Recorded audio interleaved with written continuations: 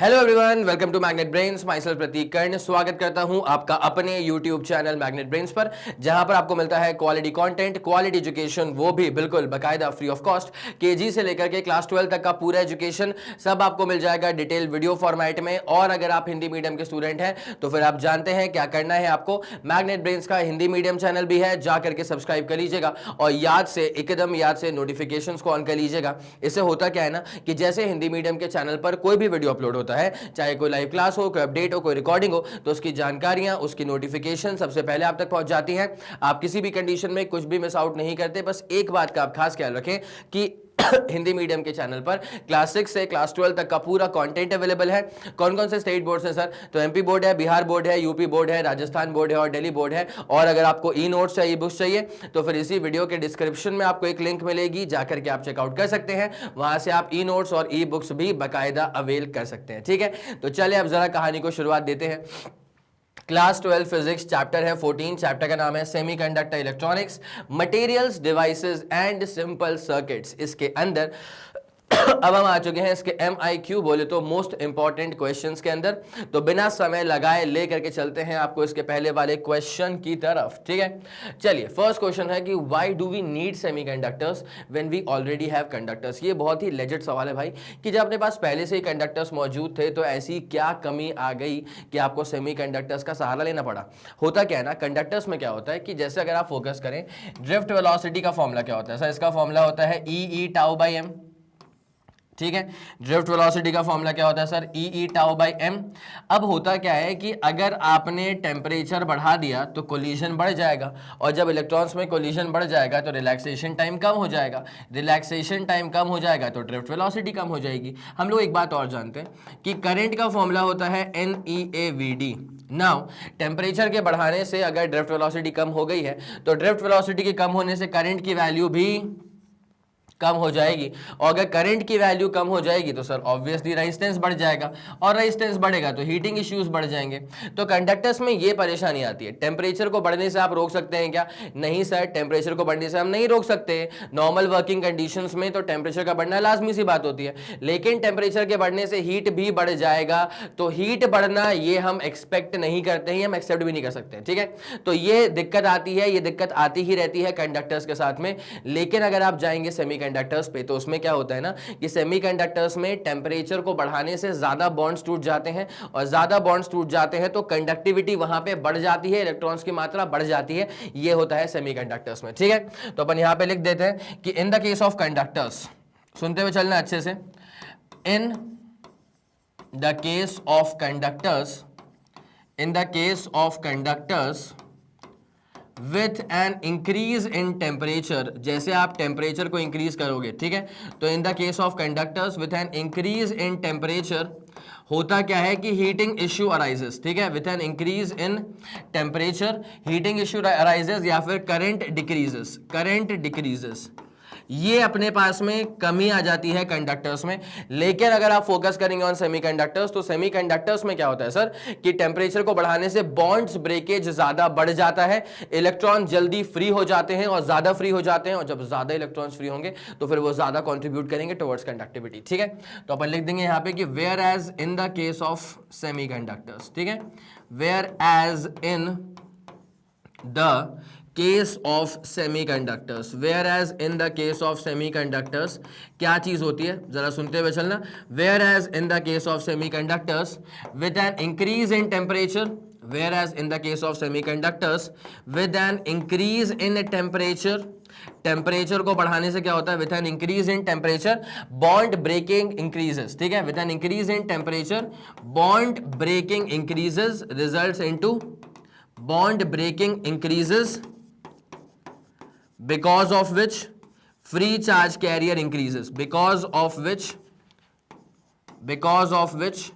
concentration of free charge carriers increases. ठीक है, because of which the concentration of free charge carrier increases. ठीक है, because of which the concentration of free charge carrier increases, और जब free charge carriers का amount बढ़ जाएगा तो उसकी वजह से कंडक्टिविटी भी बढ़ जाती है। ठीक है, resulting into an increase in conductivity, resulting into an increase in the conductivity, resulting into an increase in the conductivity, resulting into an increase in the conductivity। तो ये फायदा होता है सेमीकंडक्टर्स को यूज करने का। कंडक्टर्स में बस यही कमी आ रही थी भाई कि टेम्परेचर बढ़ने पे ना वहां पे हीटिंग इश्यूज बहुत बढ़ रहे थे, और वहां पे टेम्परेचर बढ़ने से दरअसल दिक्कत ये आ रही थी सर कि कंडक्टिविटी कम हो जा रही थी, ठीक है। लेकिन सेमीकंडक्टर्स में क्या होता है कि टेम्परेचर बढ़ने से कंडक्टिविटी जो है वो बढ़ जाती है। ये वाला फंडा पूरा क्लियर है? यस सर, ये वाला फंडा पूरा क्लियर है। अब आपको लेके चलते हैं इसके अगले वाले सवाल की तरफ। चलें फिर भाई इसमें आगे बढ़ते हैं। तो give the classification of semiconductors की यहां पे बात की जा रही है। तो सेमीकंडक्टर्स को अपन ने बेसिकली क्लासिफाई कैसे करके रखा हुआ है? दो तरह से करते हैं सर। एक होता है इंट्रिंसिक सेमीकंडक्टर, दूसरा होता है एक्सट्रिंसिक सेमीकंडक्टर, ठीक है। अब जरा गौर करते हुए चलना इस बात पे अच्छे से।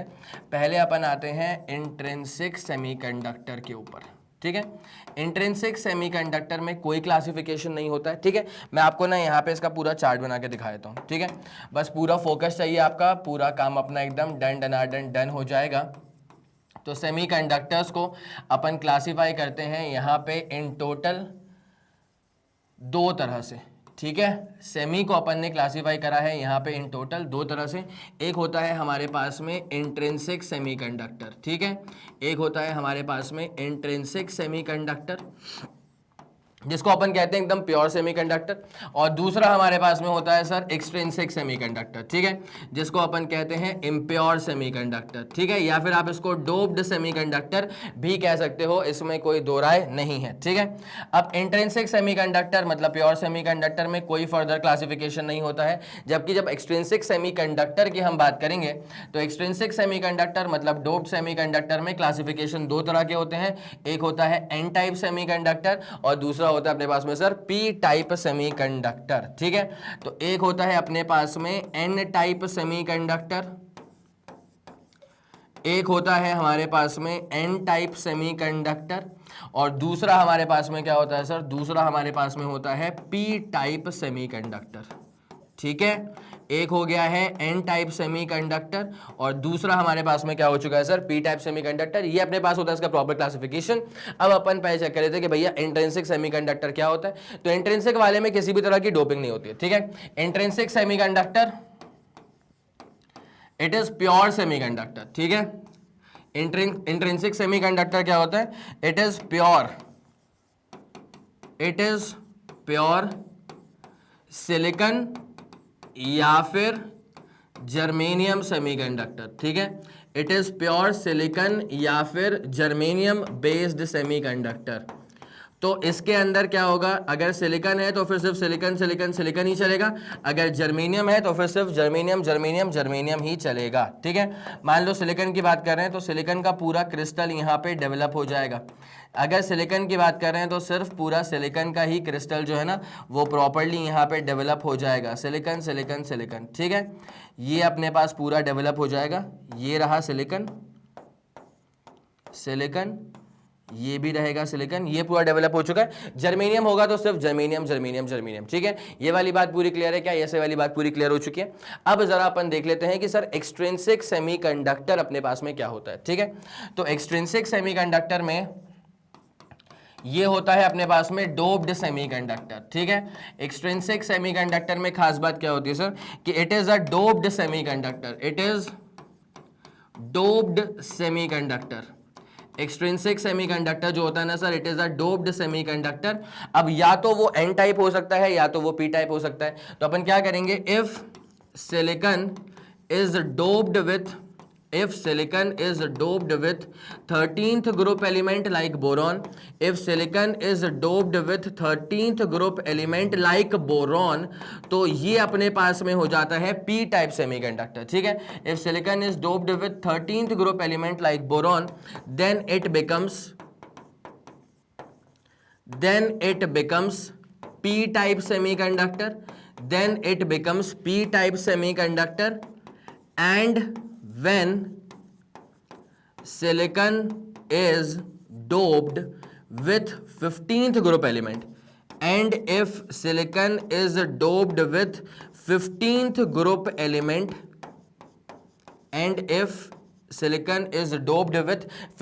group element, then it becomes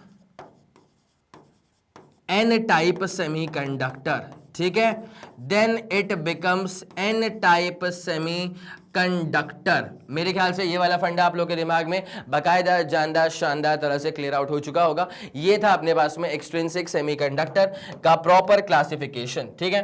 अब अपन चेक करने वाले हैं discuss the crystal structure for N type semiconductor. सिर्फ और सिर्फ क्रिस्टल स्ट्रक्चर की बात की गई है। तो इसमें क्या होता है ना, जैसे मान लीजिए अपन सिलिकॉन की बात करें, ठीक है, तो ये सिलिकॉन है, इसकी यहाँ पे ऐसे प्रॉपर बॉन्डिंग होने वाली है, ठीक है, ये सिलिकॉन है, यहाँ पर इसके ऐसे प्रॉपर बॉन्डिंग होने वाली है। अब क्या करेंगे अपन, सिलिकॉन की डोपिंग कर देते हैं, किससे सर, अगर आपको बनाना है इसमें एन टाइप सेमीकंडक्टर तो फिर आप इसमें सिलिकॉन की डोपिंग किससे कर दोगे, अगर आपको बनाना है एन टाइप सेमीकंडक्टर तो फिर आप इसमें सिलिकॉन की डोपिंग किससे कर दोगे सर, यहाँ पे आप कर दोगे इसमें 15th group element like phosphorus से कर देना, ठीक है। जैसे हमने फास्फोरस से डोपिंग करी तो फास्फोरस आकर के इसकी पोजीशन को ऑक्यूपाई कर लेगा, ठीक है। जैसे अपन ने फास्फोरस से डोपिंग कर दी तो फास्फोरस आकर के इसकी पोजीशन को ऑक्यूपाई कर लेगा, बोलो हाँ कि ना, यस सर बिल्कुल कर लेगा इसकी पोजीशन को ऑक्यूपाई। अब यहां पे कौन आ गया सर, फास्फोरस आ चुका है, ठीक है, यहां पे आ गया सर फास्फोरस। अब ये जो बॉन्ड्स यहां पे टूटे हैं ना, इनको ये पहले भरना शुरू करेगा, ठीक है, सुनना मेरी बात को, एक बॉन्ड जो यहां पे टूट गया था इसको भरना शुरू करेगा कुछ इस तरह, इस बॉन्ड को भरा, इस बॉन्ड को भरा, इस बॉन्ड को भरा, इस बॉन्ड को भरा, ठीक है।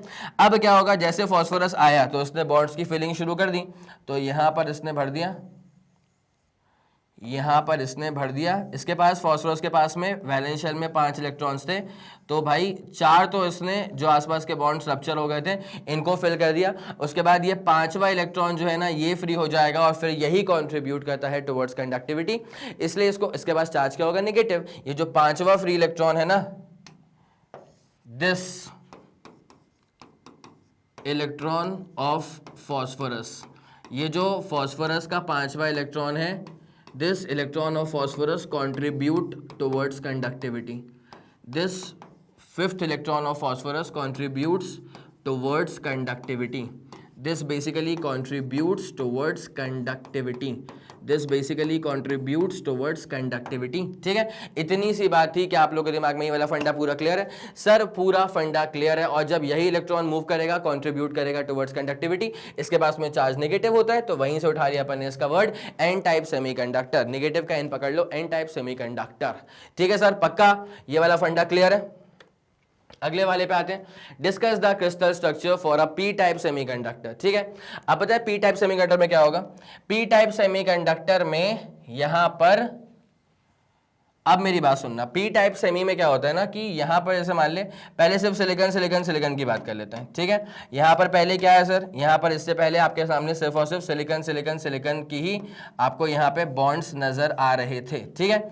अब क्या होता है कि जैसे यहां पे अपन ने पी टाइप बना रहे हैं तो अपन ने यहां पे 13th group element like boron की डोपिंग कर दी। जैसे आप बोरॉन की डोपिंग करोगे ना तो यहां पे क्या हो जाएगा सर, यहां पे आने वाला है बोरॉन। जैसे आपने डोपिंग करी तो यहां पे कौन आएगा सर, बोरॉन आएगा। और जब बोरॉन आएगा ना, जब बोरॉन आएगा ना, देखो भाई, जब यहां से बोरॉन आया तो उसने सिलिकॉन को नॉकआउट करा, जैसे इसने सिलिकॉन को नॉकआउट करा तो यहां पर बॉन्ड्स खाली पड़ जाएंगे, ठीक है। यहां पर एक बॉन्ड खाली, यहां पर ये देखो, ये सब यहां पे क्या है, होल्स बन जाएंगे। वैकेंसी ऑफ इलेक्ट्रॉन को ही तो होल का नाम दिया जाता है। Okay sir, absolutely correct. अब यहां पे आगे कौन विराजमान हो गया सर, बोरॉन विराजमान हो गया है।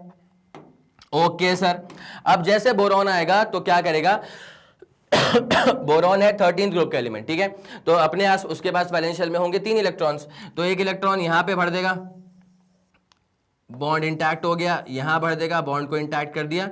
एक इलेक्ट्रॉन यहां पर भर देगा नीचे, तो इस वाले बॉन्ड को भी इंटैक्ट कर देगा। अब उसके बाद ये वाला जो है ना, इसके पास में चार्ज बच जाएगा पॉजिटिव का, तो यही दिस होल, यहां पर दिस पॉजिटिव होल, होल हमेशा पॉजिटिव होता है, this positive hole of boron, this positive hole of boron contribute towards conductivity. अब ये होल के पास में चार्ज है पॉजिटिव का, और पॉजिटिव के लिए अपन ने पी पकड़ लिया, बस इसको बोल देते हैं अपन पी टाइप सेमीकंडक्टर। क्या आप लोगों के दिमाग में ये वाला फंडा पूरा क्लियर है सर, उम्दा तरह से क्लियर है, कोई दिक्कत वाली बात ही नहीं है इसके अंदर। चलिए सर, अब आते हैं discuss the formation of a PN junction diode. Sir एक पीएन जंक्शन डायोड का फॉर्मेशन कैसे होता है, तो जरा गौर करिएगा, इसको अपन पढ़ते हैं 2 स्टेप्स में, ठीक है। पहले यहां जरा गौर करना, ये पी साइड रहेगा, ये एन साइड रहेगा और ये रहेगा इनका जंक्शन, ठीक है। अब क्या हुआ था ना सर, यहाँ पे अपने पास में पी साइड में अपने पास में सर बहुत सारे होल्स थे, ठीक है। पी में अपने पास बहुत सारे होल्स थे और इक्के दुक्के इलेक्ट्रॉन्स तो मौजूद थे। एन में अपने पास में सर बहुत सारे इलेक्ट्रॉन्स थे और इक्के दुक्के होल्स तो मौजूद थे, ठीक है। अब क्या होता है, यहाँ पर भी होल था, यहाँ पर भी होल था, यहाँ पर भी होल था, यहाँ पर इलेक्ट्रॉन इलेक्ट्रॉन इलेक्ट्रॉन थे, ठीक है। अब क्या होता है ना सर, ये जो इलेक्ट्रॉन होता है ना, ये जंप कर जाता है यहाँ पे, ये इलेक्ट्रॉन जंप कर जाएगा यहाँ पे, ये इलेक्ट्रॉन यहाँ पे जंप कर जाएगा, तो ये अपने पास में क्या था, P N junction. Now the thing is this, अब जरा मेरी बात को सुनते हुए चलना बहुत ही गहराइयों से, ठीक है। अब क्या होता है,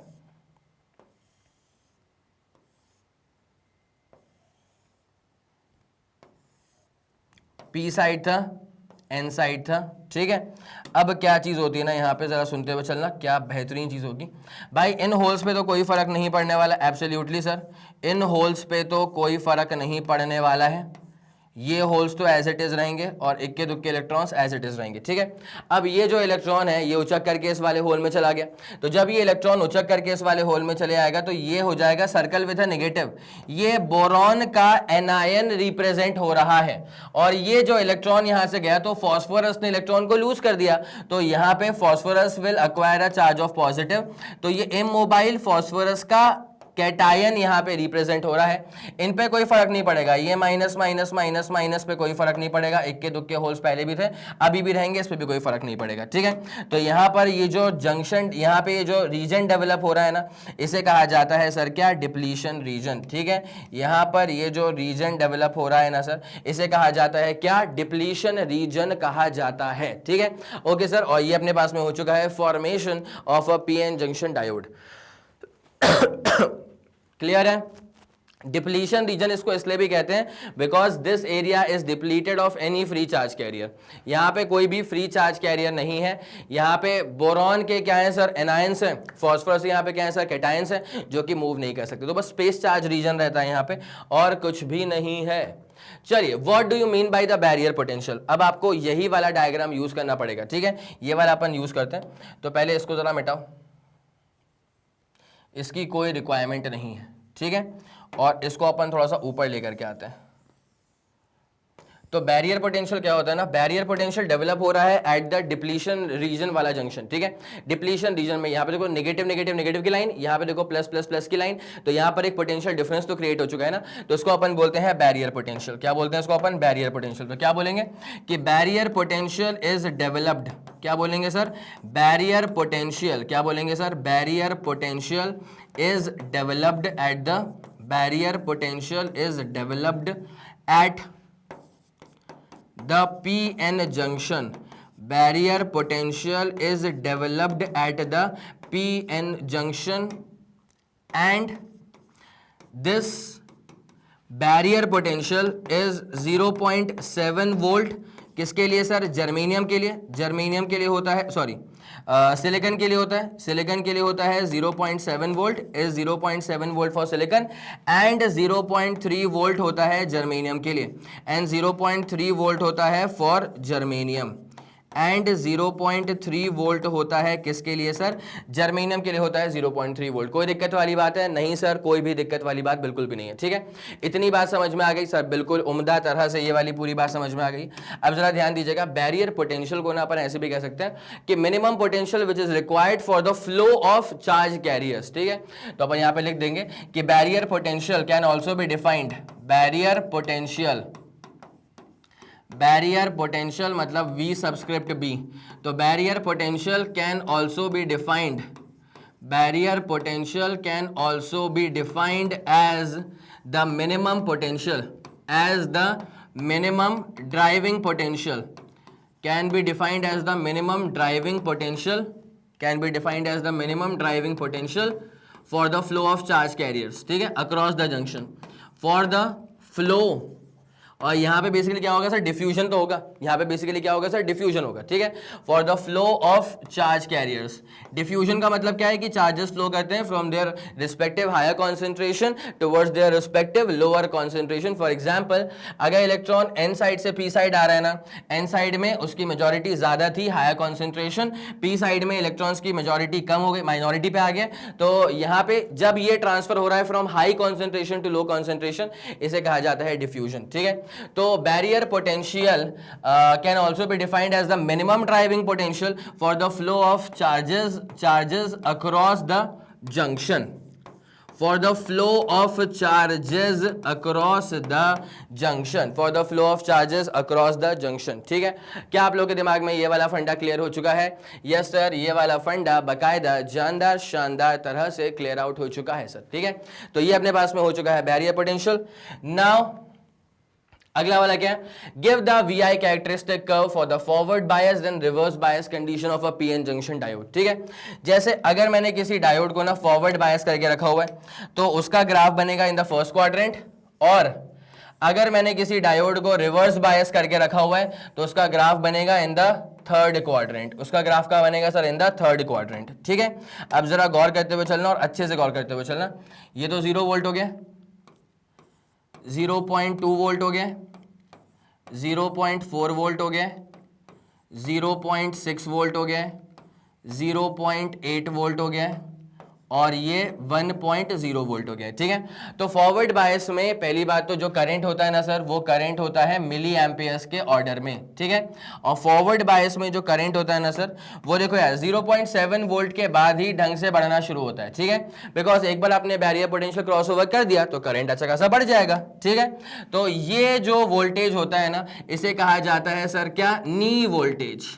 इस वोल्टेज को हम नाम क्या देते हैं, इस वोल्टेज को हम नाम देते हैं सर नी वोल्टेज का नाम, ठीक है। अब रिवर्स बायस कंडीशन में क्या होता है, जरा इस बात पे आप गौर फरमाइएगा। माइनस का 2 वोल्ट है, माइनस का 4 वोल्ट है, माइनस का 6 वोल्ट है, माइनस का 8 वोल्ट है, माइनस का 10 वोल्ट है, ठीक है। अब यहां पर बेसिकली क्या चीज होने वाली है ना सर, कि -8 वोल्ट तक तो ना के बराबर है, फिर उसके बाद करंट अचानक से बढ़ जाता है, ठीक है। -8 वोल्ट तक का, एक सेकेंड बस, यहां तक तो ना के बराबर है, उसके बाद यहां से बढ़ता है, बहुत शानदार, ठीक है। तो ये जो करंट आपको यहां पे नजर आ रहा है ना, इसे कहा जाता है सर क्या, इसे कहा जाता है रिवर्स सैचुरेशन करंट, ठीक है। ये जो आपको करंट नजर आ रहा है ना, इसे कहा जाता है रिवर्स का, रिवर्स बायस कंडीशन में सैचुरेशन करंट है। बिकॉज आप देख सकते हैं कि ये जो करंट है ना, वो मेजरली अप्लाइड पोटेंशियल पे डिपेंड कर ही नहीं रहा है, it remains independent of the applied potential, ठीक है। तो रिवर्स सैचुरेशन करंट इसको नाम दिया जाता है सर, रिवर्स सैचुरेशन करंट। और इस वोल्टेज को कहा जाता है ब्रेक डाउन वोल्टेज, ठीक है। इसे कहा जाता है सर ब्रेक डाउन वोल्टेज। कभी भी ब्रेक डाउन वोल्टेज के बियॉन्ड किसी भी PN जंक्शन डायोड को रिवर्स बायस में यूज मत करना, क्योंकि एक्सेसिव हीटिंग से जल जाएगा, उसके बाद फिर खत्म हो जाएगा खेल, ठीक है। आई मेरी बात समझ। अच्छा, एक और बड़ी खास चीज है भाई, रिवर्स बायसिंग में जो करंट होता है ना सर, वो होता है माइक्रो एम्पियर्स में। रिवर्स बायसिंग में जो करंट होगा ना सर, वो होगा माइक्रो एम्पियर्स में। फॉरवर्ड बायसिंग में रेजिस्टेंस बहुत ही कम होता है, रिवर्स बायस का रेजिस्टेंस बहुत ज्यादा होता है। क्लियर? यस सर, ये वाला फंडा पूरा क्लियर है। This is the VI characteristic, ठीक है। चलें सर, अगले वाले क्वेश्चन पे बढ़ जाया जाए। तो discuss the energy band diagram with respect to conduction band, valence band and the energy band gap, ठीक है। अब जरा गौर करते हुए चलना भाई, वैलेंस बैंड में क्या होता है ना, वैलेंस बैंड में उन एनर्जी लेवल्स का आप यूज करते हो, वैलेंस बैंड में आप उन एनर्जी लेवल्स का यूज करते हो जो कि वैलेंस इलेक्ट्रॉन्स के एनर्जी लेवल्स के करस्पॉन्डिंग होते हैं, ठीक है। उसके बाद ऊपर की जरा बात की जाए, यहां पे आता है सर क्या अपने पास में कंडक्शन बैंड, ठीक है। तो कंडक्शन बैंड में क्या होता है ना, कंडक्शन बैंड में आप उन एनर्जी लेवल्स का यूज करते हो जो कंडक्शन इलेक्ट्रॉन्स की एनर्जीज होती हैं, ठीक है। इनमें आप उन इलेक्ट्रॉन्स की एनर्जीज को यूज करते हो, उनका एनर्जी लेवल्स का रिप्रेजेंटेशन है, जो कि कंडक्ट कर रहे होते हैं, they are contributing towards conductivity, ठीक है। और यहां पर जो गैप होता है ना, top level of conduction band and bottom level of valence band, इसमें जो ये गैप होता है ना, इसे कहा जाता है सर क्या, एनर्जी बैंड गैप, ठीक है। इसको अपन क्या बोलते हैं सर, एनर्जी बैंड गैप। तो valence band is the collection of, valence band is the collection of energy levels. Valence band क्या होता है sir? Valence band is the collection of energy levels of all the electrons, of all the electrons in the valence shell and not contributing towards conductivity, and not contributing towards conductivity। ठीक है। अच्छा, conduction band में क्या हो जाएगा sir? इसका उल्टा हो जाएगा। तो कंडक्शन बैंड रिप्रेजेंट्स, या फिर conduction band is the collection of energy levels of all the electrons in the conduction, या फिर मतलब which are basically free to move, और फिर वही कंट्रीब्यूट कर रहे होंगे टुवर्ड्स कंडक्टिविटी। तो दैट एनर्जी लेवल्स का collection will be basically called as the conduction band. ठीक है। अब energy band gap is represented as the energy level difference between the bottom level of the conduction band and the top level of the valence band. ठीक है। तो अब यहां पे energy band gap का ऑर्डर जरा समझना। एनर्जी बैंड गैप सेमीकंडक्टर्स में, ठीक है, एनर्जी बैंड गैप कंडक्टर्स में, और एनर्जी बैंड गैप इंसुलेटर्स में। ठीक है भाई, सुनो, सबसे कम एनर्जी बैंड गैप कहां पे होता है सर? सबसे कम एनर्जी बैंड गैप होता है कंडक्टर्स में, उससे ज्यादा होता है सेमीकंडक्टर्स में, और सबसे ज्यादा एनर्जी बैंड गैप जो आपको नजर आता है वो आपको नजर आता है इंसुलेटर्स में। ठीक है। 3 इलेक्ट्रॉन वोल्ट से भी ज्यादा का, डायमंड में तो 6 इलेक्ट्रॉन वोल्ट के आसपास तक का होता है। ठीक है। आ गई मेरी बात समझ में? यस सर, ये वाली बात बाकायदा तरीके से समझ में आ गई है। ठीक है। Now draw the circuit diagram for half wave rectifier. तो सर्किट डायग्राम पूछा हुआ है इसमें। सर्किट डायग्राम में क्या होता है सर? देखिए, एसी है इनपुट में, we have this PN junction diode. ठीक है। अच्छा एक सेकेंड, इसको अपन यहां बनाते हैं ना यार, हाफ वेव रेक्टिफायर का सेटअप बना रहे हैं अपन अब। ठीक है। तो सर ये अपने पास में एक इनपुट में अपन ने एसी लगा के रखा हुआ है। ठीक है। उसके बाद स्टेप डाउन ट्रांसफॉर्मर का अपन यूज़ करते हैं, तो फिर यहाँ पे नंबर ऑफ टर्न्स ज़्यादा हैं। उसके बाद में फिर अपने पास में बीच में क्या होता है सर? लैमिना होता है, और उसके बाद में सर यहाँ पे अपने पास में नंबर ऑफ टर्न्स थोड़े से कम होते हैं। ठीक है। उसके बाद में पीएन जंक्शन डायोड हो जाएगा। उसके बाद में सर यहाँ पे अपने पास में क्या हो जाएगा? एक एक्सटर्नल रेजिस्टेंस अपन अप्लाई कर देंगे। ठीक है। इसका रेजिस्टेंस आर अपन ने लेके रख लिया है। अब ज़रा इसका जो पूरा ग्राफ है ना, ज़रा आप उस पर फोकस करेंगे तो मज़ा आ जाएगा। ठीक है। देखो भाई क्या होता है, इसका ग्राफ कैसा बनेगा? एक बनाऊंगा पहले मैं इनपुट साइकिल। ठीक है। एक बनाऊंगा पहले मैं इनपुट साइकिल, उसके बाद में क्या बनाऊंगा भाई? Output cycle. ठीक है। एक बनाऊंगा इनपुट साइकिल, फिर क्या बनाऊंगा भाई? मैं आउटपुट साइकिल बनाऊंगा। ठीक है। अब जरा गौर करते हुए चलना कैसे अपन इसको पूरा रिप्रेजेंट करेंगे। तो भाई इसको अपन ने बीच में से काटा, इसको अपन ने यहां पे काटा बीच में से, इसको अपन साइड में से कट करते हैं, और इसको अपन कट करते हैं यहाँ पे बीच में से। ठीक है। चलें, ओके सर, डन। अब जरा इसको ना अपन ट्रिमिंग कर दें इसके अच्छे से। यस सर, ये जो एक्स्ट्रा पोर्शन था इसको अपन ने ट्रिम कर दिया। ठीक है सर। यहाँ पर इसको ट्रिमिंग की ज़रूरत है क्या? थोड़ी बहुत तो है सर। ओके ठीक है। अब देख क्या होता है यहाँ पे ना, सबसे पहली बात तो क्या है, ये अपना कंस्ट्रक्शन था भाई, ये हमारा कंस्ट्रक्शन था। ठीक है।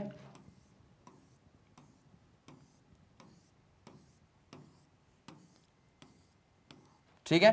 अब देखो क्या होता है बेसिकली, ये अपने पास में ऊपर अपने पास में क्या होगा सर? इनपुट साइकिल होगा। ये अपने पास में क्या होगा सर? इनपुट साइकिल होगा। ये अपने पास में क्या होगा सर? आउटपुट साइकिल होगा।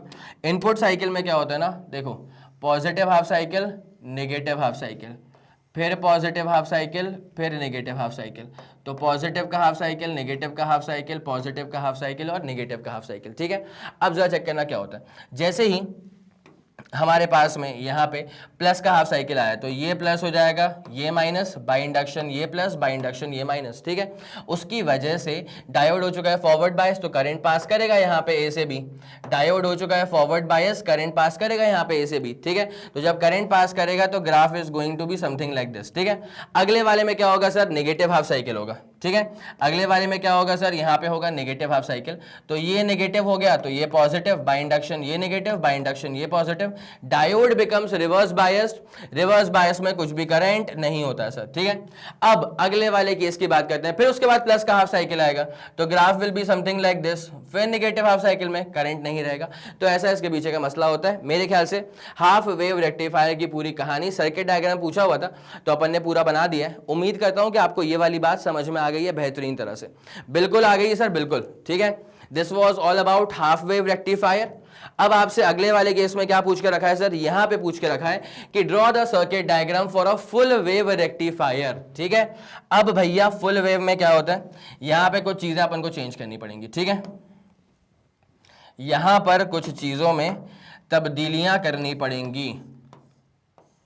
ये बना दिए एक पीएन जंक्शन डायोड और ये बना दिए एक रेजिस्टेंस, ठीक है। अब क्या होता है ना, यहां पर ए था, यहां पर बी था, ठीक है। सुनते हुए चलना क्या होता है, जब अपन बात करते हैं for the positive half cycle, जब अपन बात करते हैं for the positive half cycle of the input AC, तो पॉजिटिव हाफ साइकिल में क्या होता है सर, ये पॉजिटिव है तो ये नेगेटिव, बाय इंडक्शन ये पॉजिटिव, बाय इंडक्शन ये नेगेटिव, ठीक है। अब जरा गौर करते हुए चलना, ये था डायोड D1, ये था डायोड D2, तो D1 हो जाएगा फॉरवर्ड बायस, D2 हो जाएगा रिवर्स बायस, तो करंट आएगा सही लेकिन D1 की वजह से आएगा, ठीक है। करंट किसकी वजह से आएगा सर, करंट आएगा D1 की वजह से, तो इसको अपन बोल देंगे current is due to D1, पक्का चला सही। उसके बाद बात करेंगे नेगेटिव हाफ साइकिल की, तो सर जब नेगेटिव हाफ साइकिल होगा ना, जब नेगेटिव हाफ साइकिल होगा ना सर, तो नेगेटिव हाफ साइकिल में क्या चीज होती है, सुनना मेरी बात को अच्छे से। जब नेगेटिव हाफ साइकिल होगा ना सर, तो यहां पे आ जाएगा माइनस, यहां पे आ जाएगा प्लस, यहां पे आ जाएगा माइनस और यहां पे आ जाएगा क्या सर, प्लस आ जाएगा, ठीक है। अब इवेंचुअली यहां पर क्या चीज होने वाली है, जरा इस बात पे गौर फरमाइएगा अच्छे से।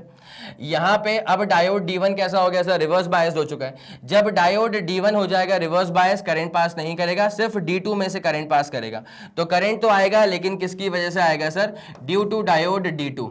फिर किसकी वजह से आएगा, D1 की वजह से आएगा, फिर किसकी वजह से आएगा, D2 की वजह से आएगा, and so on so on so on. इतनी आरामदायक बात है। क्या आप लोगों के दिमाग में ये वाली बात पूरी बैठ गई अच्छे से? यस सर, ये वाली बात पूरी शानदार तरह से बैठ चुकी है, ठीक है। तो जल्दी से एक बार जरा आप इसका स्क्रीनशॉट ले लीजिएगा। This is all about your full wave rectifier, ठीक है।